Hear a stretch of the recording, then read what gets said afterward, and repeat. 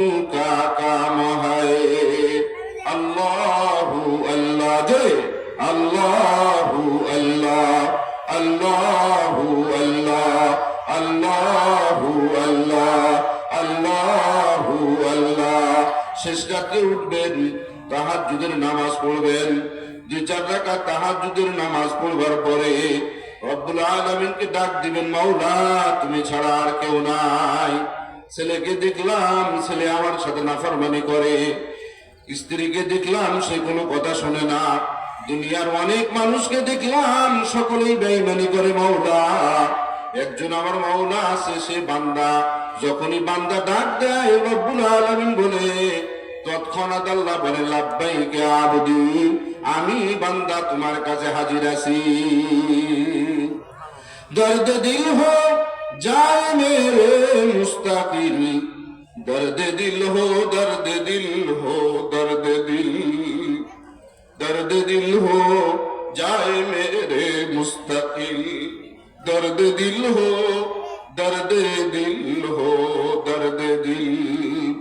हर तमन्ना दिल से रुखसत हो गया, हर तमन्ना दिल से रुखसत हो गई, अब तू आजा अब तू खलवत हो गई।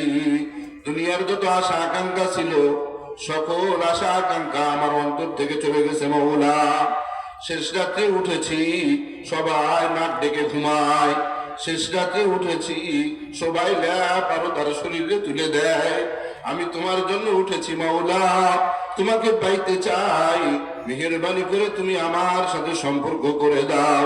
আমার অন্তরের মধ্যে আমার কলবের মধ্যে তোমার মহব্বতকে মাওলা দয়া করে সেলাই করে দাও। আর তামান্না দিল সে রুখসত হো গই, अब तू आजा अब तू खलवत हो गई।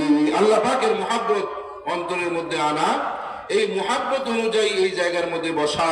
আল্লাহ ওয়ালাদের সুহবত, যারা আল্লাহ পাকের সাথে যাদের তাআল্লুক আছে, উলামা ইকরামকে আপনারা দাওয়াত করেছেন, তাদেরকে সামনে নিয়ে বসছেন, দুই একটা কথা শুনছেন।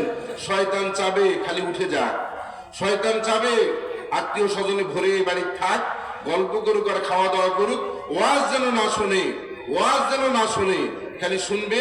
একটু সুর আছে না রে বক্তার, একটু গান গায় না গায় না, একটু হাসায় না হাসায় না। মানুষ যাত্রা দেখে, নাচ দেখে, টিভি দেখে, মোবাইল দেখে, অশ্লীলতা বেহায়াপনায় সয়লাভ সবকিছু দেখে।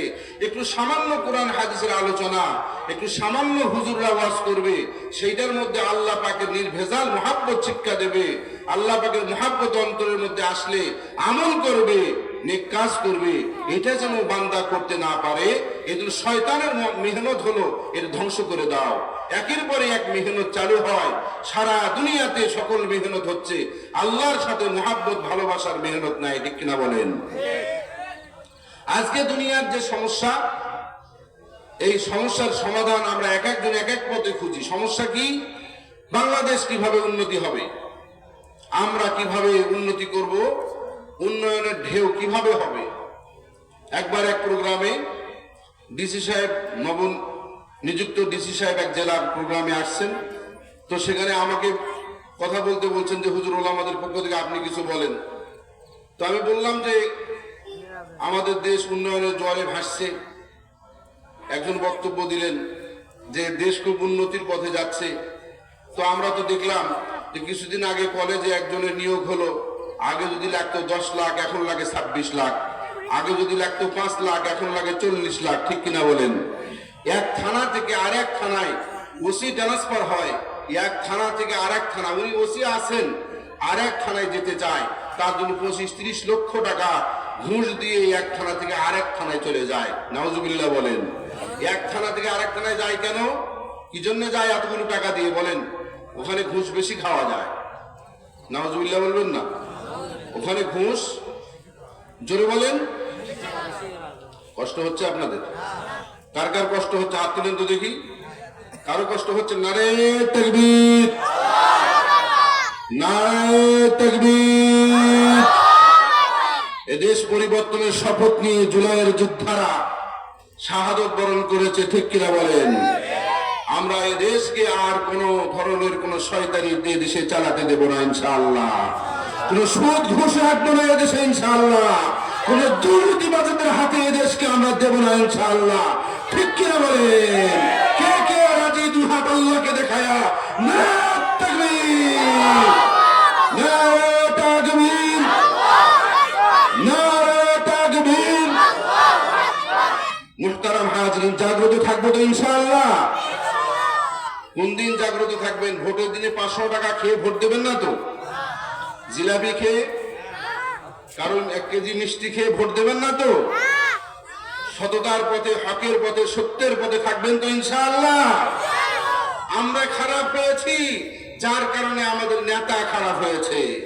আমরা 1000, 2000, 5000 টাকা খেয়ে 1-2 কেজি মিষ্টি আর জিলাপি খেয়ে ভোট যখন বিক্রয় করা শুরু করেছি, মুহতারাম হাজরিন, এরপরে আমাদের অবস্থা হয়েছে তারা কোনো মতে ক্ষমতায় যাওয়ার পরে হাজার হাজার কোটি টাকা এ দেশ থেকে তারা অন্য দেশে নিয়ে যায়। গরিব দেশ গরিব থাকে যায়। একের পরে এক ভোট আসে, একের পরে এক নির্বাচন আসে। নির্বাচনের আগে অনেক সুন্দর সুন্দর বক্তব্য আমরা শুনতে পেয়েছি।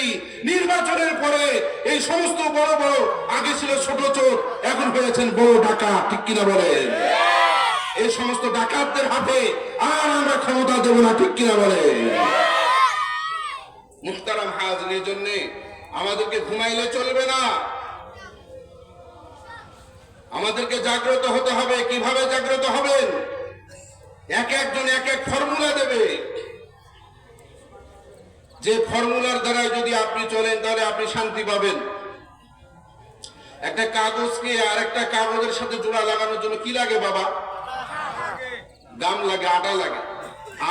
আটা ছাড়া আর একটা কাগজের সাথে আর একটা কাগজের জলাই মারেন, লোহা মারেন, জোড়া লাগবে? একটা কাঠের সাথে আর একটা কাঠ জোড়া লাগানোর জন্য কি লাগে বলেন? মুহতারাম হাজরিন, ঠিক তেমনি ভাবে মানুষের সাথে মানুষের সুসম্পর্কের জন্য আল্লাহ পাকের কোরআন লাগে। কি লাগে বলেন? গুপ্ত হারদা নদকে ঈশা করদান্দ ইমারত নিস্তে ওয়রা করদান্দ বেখবর বো দন্দ আজ হালে দুরু আস্তাঈদুল্লাহ মিম্মা ইফতারু হরচ করদান আজ ইলাজ দানা দওয়া রঞ্জ আফজু গশত হাজানা রওয়া। দুনিয়ার সকল ব্যক্তিবর্গ একদিকে আপনাকে টানতে পারে, আমেরিকা আপনাকে একদিকে টানতে পারে, ভারত আর একদিকে টানতে পারে। দুনিয়াবী লোকজন, দুনিয়ার চিন্তা নিয়ে যারা মাথায় ঘোরাফেরা করে, তারা আর একদিকে টানতে পারে।